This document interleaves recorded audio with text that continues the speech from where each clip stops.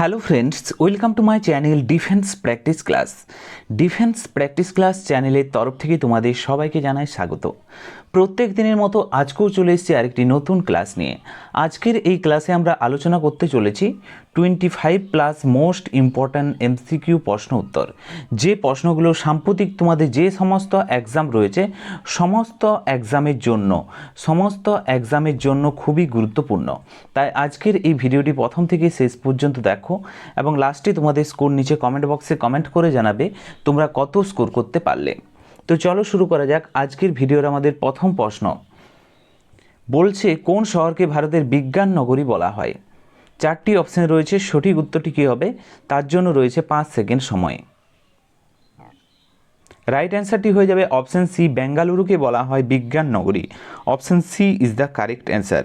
এর সাথে সাথে তোমরা মনে রাখবে বেঙ্গালুরুকে আর কি বলা হয়, বেঙ্গালুরুকে বলা হয় সিলিকন সিটিও বলা হয়, সিলিকন সিটি বলা হয় বেঙ্গালুরুকে। এছাড়াও তোমরা মনে রাখবে এখানেই রয়েছে ইসরোর সদর দপ্তর, ইন্ডিয়ান স্পেস রিসার্চ অর্গানাইজেশনের সদর দপ্তর। এবং মনে রাখবে বেঙ্গালুরু কার রাজধানীর নাম? বেঙ্গালুরুর কথা যদি বলা হয় এটি হচ্ছে কর্ণাটকের রাজধানীর নাম। তো তার সাথে সাথে এক্সট্রা পয়েন্টগুলো মনে রাখবে। 2 নম্বর প্রশ্ন হচ্ছে হুগলি নদীর তীরে অবস্থিত কলকাতা বন্দর কোন ধরনের বন্দর? চারটি অপশন রয়েছে, সমুদ্র বন্দর, নদী বন্দর, কৃত্রিম বন্দর, উপরোক্ত সবকটি। সঠিক উত্তরটি হয়ে যাবে option B is the right answer, নদী বন্দর। কলকাতা একটি বিখ্যাত নদী বন্দর। অপরদিকে তোমরা মনে রাখবে মুম্বাইয়ের কথা যদি বলা হয়, মুম্বাই কি ভারতের একটি প্রাকৃতিক বন্দর।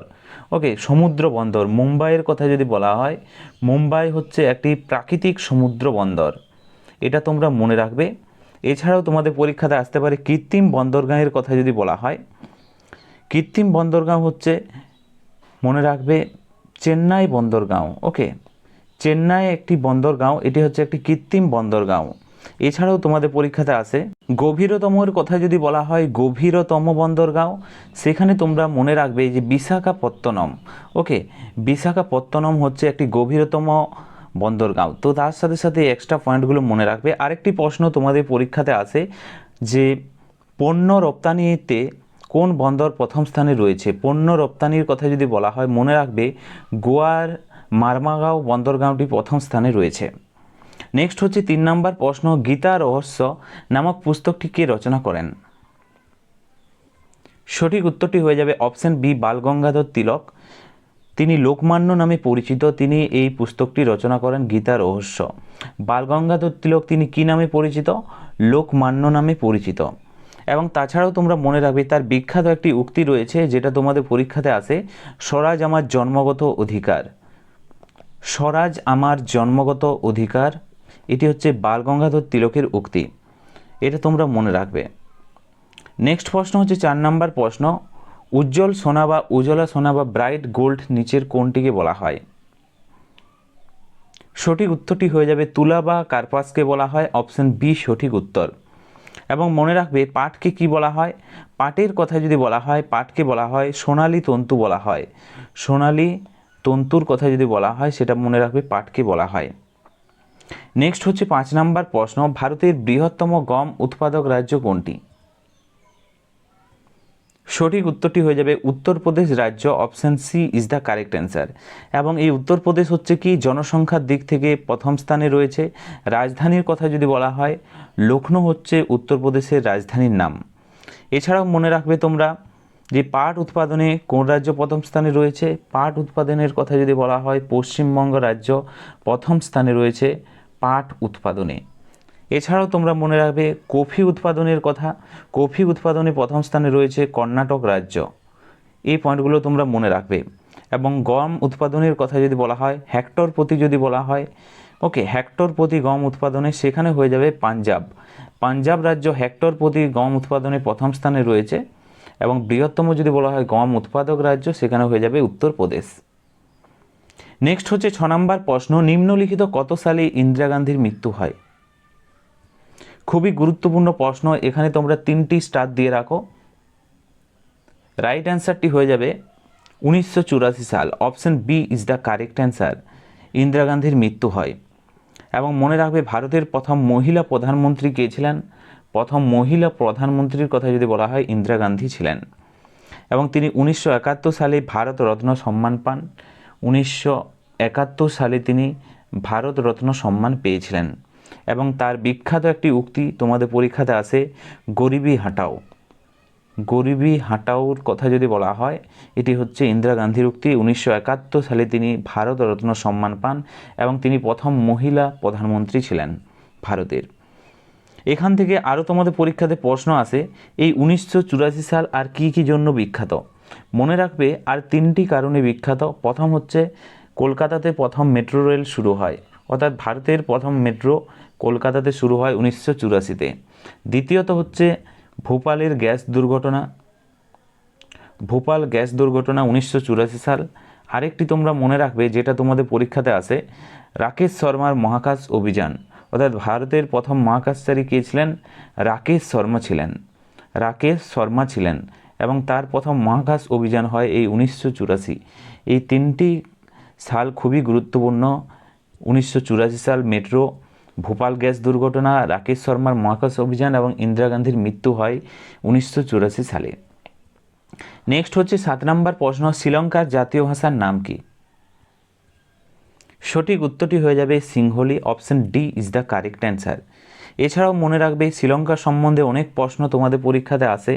প্রথমত শ্রীলঙ্কার সর্বোচ্চ শৃঙ্গের কথা যদি বলা হয়, তোমরা মনে রাখবে পিদুরু তালাগালা। ওকে, পিদুরু তালাগালা হচ্ছে শ্রীলঙ্কার সর্বোচ্চ শৃঙ্গ।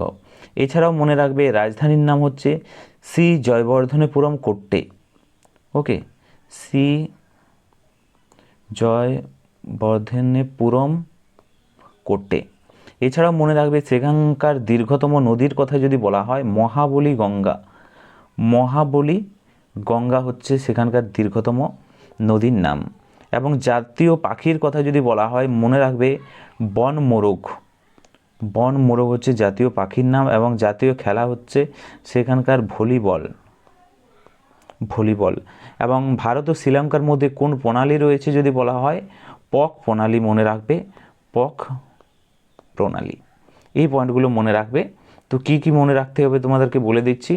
শ্রীলঙ্কার জাতীয় ভাষা হচ্ছে সিংহলি, পিদুরু তালাগালা হচ্ছে সর্বোচ্চ শৃঙ্গ, শ্রী জয়বর্ধনেপুরম হচ্ছে রাজধানীর নাম, মহাবলী গঙ্গা হচ্ছে সেখানকার নদীর নাম, বনমোরগ হচ্ছে জাতীয় পাখি শ্রীলঙ্কার, ভলিবল হচ্ছে জাতীয় খেলা এবং পক প্রণালী হচ্ছে ভারত ও শ্রীলঙ্কার মধ্যে রয়েছে এই পক প্রণালী। এবং আরেকটি উপসাগর রয়েছে যেটা তোমাদের পরীক্ষাতে আসে, সেটা এখানে লিখে দিচ্ছি, তোমরা মনে রাখবে মান্নার উপসাগর রয়েছে। এই পয়েন্টগুলো মনে রাখলেই যথেষ্ট। নেক্সট হচ্ছে 8 নম্বর প্রশ্ন কি বলেছে দেখো। এই প্রশ্নতে বলা রয়েছে ভারতের সবুজ বিপ্লবের সবচেয়ে বেশি প্রভাব কোন শস্যের উপর দেখা গিয়েছিল? সঠিক উত্তরটি হয়ে যাবে গম। Option B is the correct answer. ভারতের সবুজ বিপ্লবের জনকের কথা যদি বলা হয় কাকে বলা হয়? স্বামীনাথনকে বলা হয়। এছাড়াও তোমাদের পরীক্ষাতে আসতে পারে যে সারা বিশ্বের কথা যদি বলা হয়, সারা বিশ্বে কাকে বলা হয় সবুজ বিপ্লবের জনক? মনে রাখবে নরম্যান বোরলগকে বলা হয়। নরম্যান বোরলগকে বলা হয়। এই পয়েন্টগুলো মনে রাখলেই যথেষ্ট। নেক্সট হচ্ছে 9 নম্বর প্রশ্ন, গুলমার্গ কোথায় অবস্থিত? সঠিক উত্তরটি হয়ে যাবে কাশ্মীরে অবস্থিত Gulmarg, Sonmarg. Option A is the correct answer. মনে রাখবে কাশ্মীর, এটি জম্মু কাশ্মীর হচ্ছে কেন্দ্রশাসিত অঞ্চল এবং একটি বিখ্যাত পর্যটন কেন্দ্র এবং পাহাড়ি শহর। Option A is the correct answer. Next হচ্ছে 10 নম্বর প্রশ্ন দেখো, ভারতে স্থাপিত প্রথম জাতীয় উদ্যান ন্যাশনাল পার্ক কোনটি? সঠিক উত্তরটি হয়ে যাবে Jim Corbett national park. Option D is the correct answer. Jim Corbett national park কোথায় অবস্থিত? উত্তরাখণ্ড রাজ্যে অবস্থিত। যার পূর্ব নামের কথা যদি বলা হয়, জিম করবেট ন্যাশনাল পার্কের পূর্ব নাম হচ্ছে হেনলি ন্যাশনাল পার্ক। ওকে, হেনলি ন্যাশনাল পার্ক। এবং এটি কি সংরক্ষণের জন্য বিখ্যাত? এটি মনে রাখবে বাঘ সংরক্ষণের জন্য বিখ্যাত।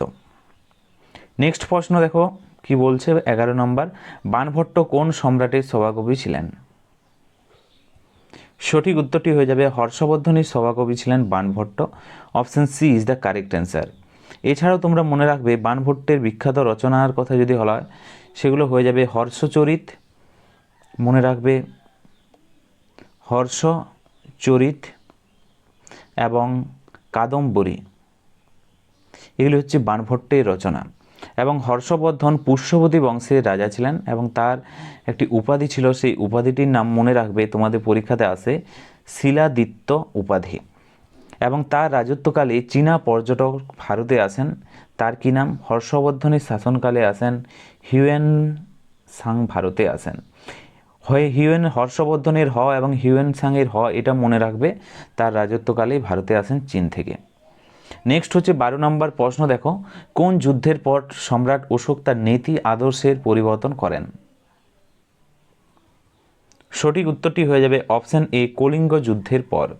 মনে রাখবে কলিঙ্গ যুদ্ধের পর সম্রাট অশোক তিনি অস্ত্রশস্ত্র ত্যাগ করে বৌদ্ধ ধর্ম গ্রহণ করেন, এটা তোমরা মনে রাখবে। তিনি গৌতম বুদ্ধের শিষ্য উপদগুপ্তের কাছে তিনি বৌদ্ধ ধর্মে দীক্ষিত হন, এটা তোমরা মনে রাখবে। Option A is the right answer. এবং মনে রাখবে সাঁচি স্তূপ, সারনাথে স্তম্ভ রয়েছে, তিনি সাঁচি স্তূপ নির্মাণ করেছিলেন, এটা তোমরা মনে রাখবে। সাঁচি স্তূপের কথা যদি বলা হয়, সম্রাট অশোক নির্মাণ করেছিলেন।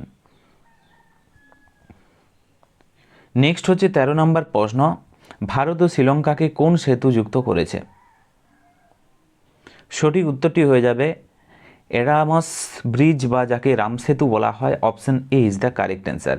এটি ভারত ও শ্রীলঙ্কার মধ্যবর্তী মান্নার উপসাগরে অবস্থিত একটি প্রাকৃতিক চুনাপাথরের শৃঙ্খল। Option A is the correct answer. Next হচ্ছে 14 নম্বর প্রশ্ন, জৈন ধর্মের প্রবর্তক কে ছিলেন? সঠিক উত্তরটি হয়ে যাবে মহাবীর ছিলেন। Option C is the correct answer. Mahavir ছিলেন জৈন ধর্মের 24তম তীর্থাঙ্কর, বা শেষ তীর্থাঙ্করের কথা যদি বলা হয়, মহাবীরই ছিলেন। জৈন ধর্মের প্রথম তীর্থাঙ্কর বা প্রতিষ্ঠাতার কথা যদি বলা হয়, সেখানে হয়ে যাবে, প্রথমের কথা যদি বলা হয়, ঋষভনাথ হয়ে যাবে। এবং তিনি হচ্ছে 23তম কথা যদি বলা হয়, 23তম হচ্ছে তীর্থাঙ্কর হচ্ছে পার্শ্বনাথ, এবং প্রথম হচ্ছে ঋষভনাথ, মহাবীর হচ্ছে 24তম এবং শেষ তীর্থাঙ্কর। নেক্সট হচ্ছে 15 নম্বর প্রশ্ন, ভারতীয় সংবিধান কবে গৃহীত হয় বা অ্যাডপ্টেড হয়? সঠিক উত্তরটি হয়ে যাবে 26শে নভেম্বর 1949। 26শে November 1949, option A is the correct answer. গৃহীত হয়। এছাড়াও তোমাদের পরীক্ষাতে আসে যে কবে চালু হয় যদি বলা হয়, 26শে জানুয়ারি 1950 চালু হয়, এটা তোমরা মনে রাখবে। নেক্সট হচ্ছে 16 নম্বর প্রশ্ন, সম্মিলিত জাতীয় পুঞ্জ বা রাষ্ট্রীয় সংঘ বা ইউএনওর কত সালে প্রতিষ্ঠা হয়? সঠিক উত্তরটি হয়ে যাবে 1945 সাল। Option B is the correct answer. মনে রাখবে 24শে অক্টোবর 1945 সালে এটি প্রতিষ্ঠা হয়। এর সদর দপ্তর হচ্ছে নিউ ইয়র্কে অবস্থিত। বর্তমানে হচ্ছে 193টি রয়েছে এর সদস্য দেশ, এবং শেষ দেশের কথা যদি বলা হয়, মনে রাখবে দক্ষিণ সুদান।